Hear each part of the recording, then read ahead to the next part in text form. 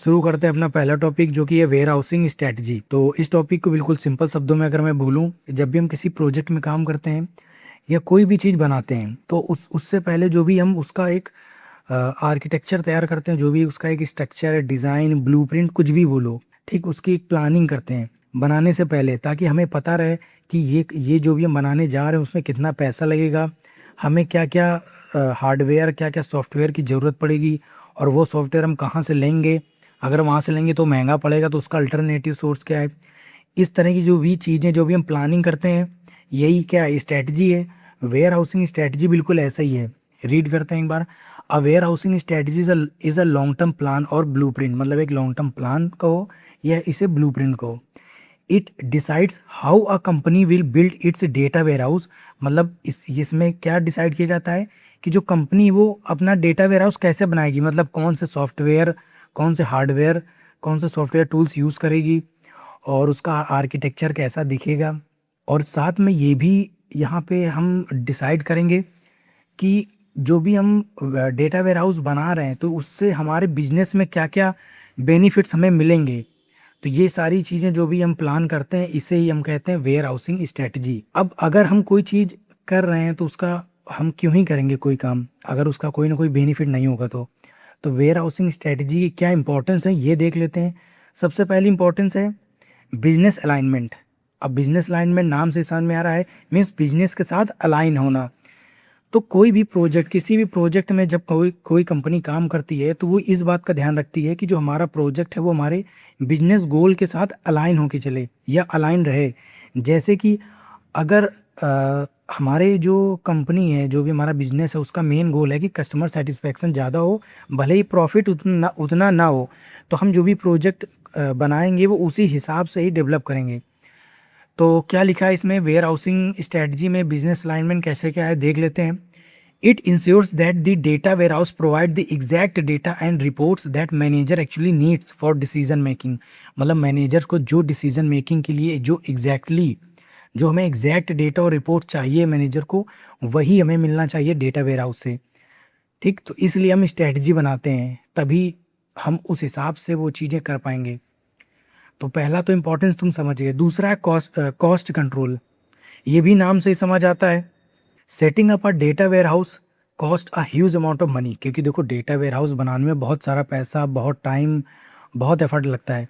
तो इसलिए ये जो यहाँ पे अगर हम वेयर हाउसिंग स्ट्रेटजी, अगर एक स्ट्रेटजी पहले से प्लानिंग करते हैं तो जो भी हमारा बजट है वो लिमिट में रहता है, और जो भी गलत सॉफ्टवेयर है उनमें हमारा पैसा वेस्ट नहीं होता है, क्योंकि पहले से हम सारी चीज़ें प्लान कर चुके होते हैं कि हमें कौन सा सॉफ्टवेयर लेना है, कौन सा नहीं। आई strategy helps keep the project within budget and avoids wasting money on the wrong software। तीसरा जो इंपॉर्टेंस है इसका वो है फ्यूचर स्केलेबिलिटी। ये भी देखो नाम से समझ में आ रहा है, फ्यूचर स्केलेबिलिटी। अगर फ्यूचर में डेटा बढ़ जाता है, if a companies data increases 10 times in future, अगर 10 गुना ज़्यादा डेटा बढ़ जाता है तो हम उसे कैसे, जो हमारा कंपनी है, जो हमारा सिस्टम है, उसे कैसे हैंडल करेगा, ये सब हम ऑलरेडी प्लान कर लेते हैं अपने वेयर हाउसिंग स्ट्रेटजी में। लास्ट है तुम्हारा क्लियर रोड मैप। तो जैसा कि हमने यूनिट 1 में पढ़ा था, देखो अगर यूनिट 1 जिसने नहीं पढ़ी है वो एक बार जाके पढ़ लेना।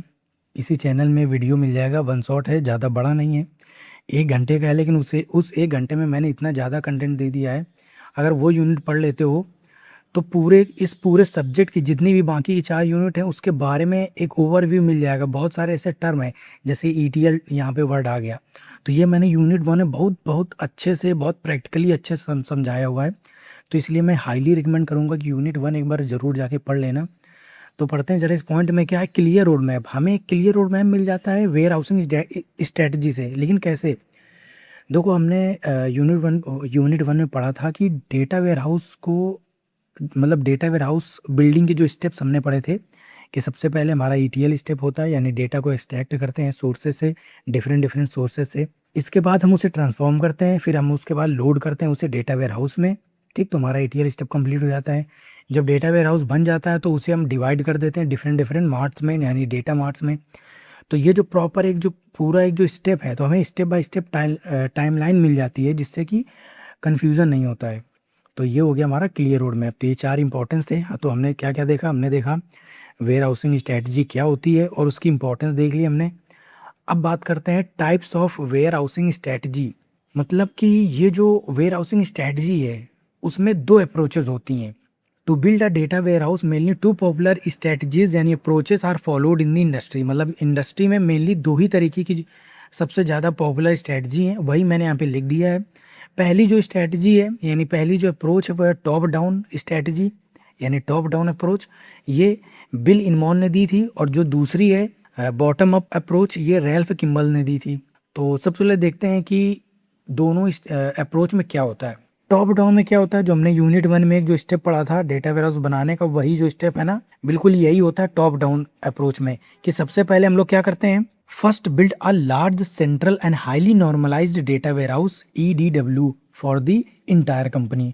ये EDW क्या है, वही जो तुम्हारा सेंट्रल या सेंट्रलाइज्ड डेटा वेयरहाउस है उसे ही कहते हैं हम लोग EDW यानी इंटरप्राइज डेटा वेयरहाउस। तो पूरी इंटायर कंपनी के लिए सबसे पहले एक हम हाईली नॉर्मलाइज्ड एक लार्ज डेटा वेयरहाउस बनाते हैं। उसमें कंपनी का पूरा डेटा होता है, हर एक डिपार्टमेंट का एक ही जगह पे सारा डेटा होता है। इसके बाद जब डेटा वेयरहाउस रेडी हो जाता है तो हम क्या करते हैं, जो भी डेटा है उसको अलग अलग डिपार्टमेंट में डिवाइड कर देते हैं, जैसे HR, सेल्स, फाइनेंस, अलग अलग डिपार्टमेंट।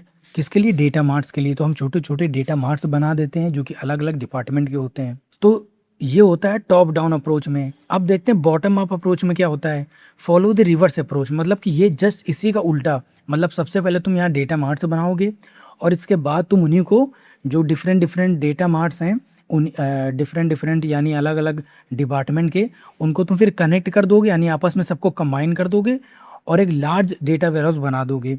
अब यहाँ एक जो इंपॉर्टेंट चीज़ मैं बताना चाहूँगा, देखो यहाँ पे क्या लिखा हुआ है कि first build a small data mart for the most important data mart. मतलब कि जो जैसे सपोज मैनेजर ने कहा यार कि तुम देखो अपना डेटा वेयरहाउस बाद में बनाते रहना, अभी मुझे सेल्स के ऊपर एनालिसिस करनी है, तो भाई कृपया करके यार जल्दी से पहले तुम मुझे सेल्स का डेटा दे दो, तो उसके लिए डेटा मार्ट्स जल्दी से बना दो, बाकी का तुम बाद में बनाते रहना। तो तुम क्या करोगे, वही यहाँ पे लिखा हुआ है जो मोस्ट इंपॉर्टेंट डिपार्टमेंट है उसका तुम पहले बना दोगे, बाकी अपना बाद में बनाते रहोगे। Then build one for finance, और इसके बाद तुम्हारा HR और जितने भी डिपार्टमेंट हो। खैर ये तो हमने देख लिया दोनों अप्रोचेज हैं। अब देखो दोनों अप्रोचेज के अपने अपने एडवांटेजेस हैं और अपने अपने डिसएडवांटेजेस हैं। सबसे पहले हम बात करते हैं कि ये जो टॉप डाउन अप्रोच है इसका क्या एडवांटेज है। The entire company gets a single consistent source of truth. अब पढ़ने से देखो कुछ भी समझ नहीं आ रहा, इसका क्या मतलब हुआ कि कंपनी को मिल जाता है सिंगल और कंसिस्टेंट सोर्स ऑफ ट्रूथ। कुछ भी समझ नहीं आ रहा है ना। चलो अब मैं यहाँ पे देता हूँ और देखो क्या लिखा है, देयर इज नो कन्फ्यूजन, ये सब लिखा है। अब यहाँ पे देख एक प्रैक्टिकल एग्जाम्पल समझना पड़ेगा तो ही ये लाइन समझ आएगी। देखो मान के चलो एक कंपनी है, उसके अंदर 2 डिपार्टमेंट हैं, ठीक, बहुत हो सकते हैं लेकिन अभी मैं 2 मान के चलता हूँ। पहला है तुम्हारा सेल्स और दूसरा है फाइनेंस। अब सेल्स डिपार्टमेंट ने मान लो कि जो तुम्हारा कंपनी का CEO है उसने कहा हमें रिपोर्ट सबमिट करो। जो सेल्स डिपार्टमेंट है वो क्या सबमिट करेगा, रिपोर्ट। वो दिखाएगा कि आज हमने सपोज करो टोटल 100 टीवी की सेल्स करी। लेकिन जो फाइनेंस डिपार्टमेंट है वो क्या दिखा रहा है, वो दिखा रहा है कि नहीं 100 नहीं, सिर्फ 90। क्यों, क्योंकि 10 टीवी रिटर्न हो गई हैं, उनका रिफंड हो गया है। अब दोनों में देखो कॉन्फ्लिक्ट हो रहा है। मतलब कि सोचो अगर यही डाटा सिर्फ एक जगह से आ रहा होता, प्रॉपर एक नेट वैल्यू कैलकुलेट करके अगर भेजा गया होता तो ये कॉन्फ्लिक्ट ना होता। लेकिन क्योंकि 2 अलग अलग लोग डेटा अपना अपना बता रहे हैं तो कॉन्फ्लिक्ट हो रहा है। तो जब हम इस डेटा को डेटा वेयर हाउस में डाल देते हैं, अब क्योंकि देखो टॉप डाउन जो अप्रोच थी उसमें क्या था, पहले डेटा वेयर हाउस बनता है, इसके बाद डिपार्टमेंट डिवाइड होते हैं। तो यानी जो एक सेंट्रल डेटा वेयर हाउस है वहाँ से डेटा जाता है अलग अलग डिपार्टमेंट में।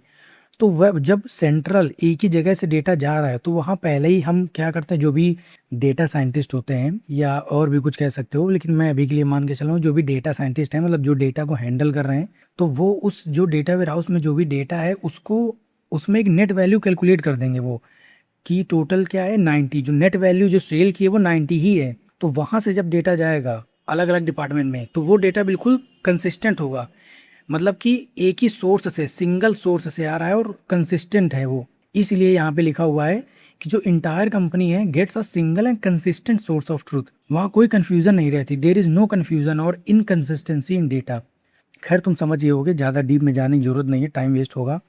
अब बात करते हैं डिसएडवांटेज की। It takes a lot of time, even years and a huge amount of money to set up from the beginning. अब इसका क्या मतलब है, ये तो खैर तुम थोड़ा थोड़ा समझ आया होगा, बाकी पूरा समझ आ जाएगा जब मैं एग्जांपल दूंगा। अब देखो इसमें ये होता है, क्योंकि तुम डेटा वेयर हाउस बना रहे हो, यानी सबसे पहले तुम पूरा डेटा वेयर हाउस ही बना रहे हो सीधा, ना कि तुम डेटा मार्ट बना रहे हो पहले। तो क्योंकि तुम पूरा डेटा वेयर हाउस पहले ही बना रहे हो, तो तुम्हें कंपनी जो इंटायर डेटा है कंपनी का, वो पूरा तुम्हें स्टडी करना पड़ेगा, उसको प्रॉपर स्ट्रक्चर में, प्रॉपर आर्किटेक्चर और जो भी स्कीमा डिज़ाइन तुमने पढ़ा था यूनिट 1 में, प्रॉपर स्टडी करके उसको प्रॉपर डिज़ाइन में ला के उसमें स्टोर करना पड़ेगा। प्लस डिफरेंट डिफरेंट डिपार्टमेंट को एग्री भी करना चाहिए उस एक ही स्ट्रक्चर पर, और पूरा डेटा तुम्हें स्टडी करना पड़ेगा, समझना पड़ेगा, क्योंकि पूरे डेटा को स्टोर करने जा रहे हो। तो अब देखो यहाँ पे समय भी लगेगा, एफर्ट्स भी बहुत ज़्यादा लग रहे हैं, प्लस स्टार्टिंग में ही तुम्हें सब सॉफ्टवेयर और हार्डवेयर सब कुछ सेटअप करना पड़ेगा, सब परचेस करना पड़ेगा। तो मतलब स्टार्टिंग में ही तुम्हारा बहुत ज़्यादा पैसा, समय, सब कुछ लग रहा है। और सोचो 3 साल बाद बन के तैयार हो, और अगर आखिरी में फेल हो जाए तो पूरी मेहनत बेकार। 3 साल तक तो कोई तुम्हें बेनिफिट मिला नहीं, क्योंकि बन रहा था। और जब तक बनेगा, समझ रहे हो, जब तक ये मतलब बनेगा, 1-2 साल जो भी लगेंगे, तुम्हें उसका कुछ भी फ़ायदा नहीं होगा। क्योंकि भाई तुम डेटा मार्ट से ही तो डेटा निकालोगे, लेकिन डेटा मार्ट तो बाद में बनेगी, पहले डेटा वेयर हाउस बनेगा।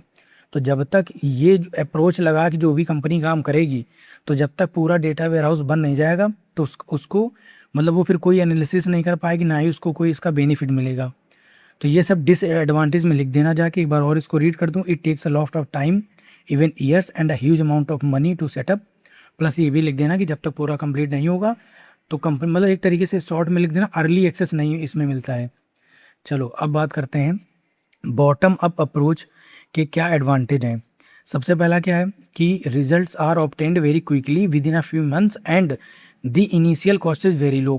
अब तुम समझ गए होगे ऐसा क्यों है, क्योंकि इसमें क्या करते हैं कि जो मोस्ट इंपॉर्टेंट हमने बताया था ना, जैसे सेल्स मैनेजर मांग रहा था मुझे सेल्स डिपार्टमेंट का डेटा चाहिए, तो सबसे पहले तुम वही बना दोगे। तो इसमें क्या है कि जल्दी बन जाएगा, और अपना तुम काम भी शुरू कर दोगे। अपना डेटा मार्ट से बन गया, उससे डेटा लो, एनालिसिस करो। तो मतलब इसका फ़ायदा क्या है कि तुम्हें अर्ली एक्सेस भी मिल रहा है, इनिशियल कॉस्ट भी कम होगी, क्योंकि अभी तो केवल एक ही डिपार्टमेंट बना है ना, और जल्दी भी बन जाएगा, क्योंकि एक ही डिपार्टमेंट का डेटा तुम्हें समझना है, उसी को स्टडी करना है, उसी को प्रॉपर स्ट्रक्चर में ला के स्टोर करना है, ये सारी चीज़ें। सो वही यहाँ पे लिखा हुआ है, results are obtain very quickly within a few months and the initial cost is very low. लेकिन इसका भी अपना एक डिसएडवांटेज है, वो ये है कि later while integrating combining different data marts technical issues में अराइज। मतलब वही है कि बाद में जब तुम बहुत सारे डेटा मार्ट्स को जब आपस में कंबाइन करते हो, तो कभी कभार टेक्निकल इशूज़ आ जाते हैं या आ सकते हैं, बस यही डिसएडवांटेज है। यहाँ पे मैंने एक नोट लिखा हुआ है, nowadays many companies use a mix of both approaches known as a hybrid strategy. मतलब बहुत सारी कंपनीज हैं जो टॉप डाउन और बॉटम अप दोनों को ही मिक्स करके, मतलब अपने अपने सुविधा अनुसार लोग काम करते हैं इनको, और मतलब मिक्स करके दोनों अप्रोचेस को यूज़ करते हैं, और इनको बोलते हैं हाइब्रिड स्ट्रैटेजी।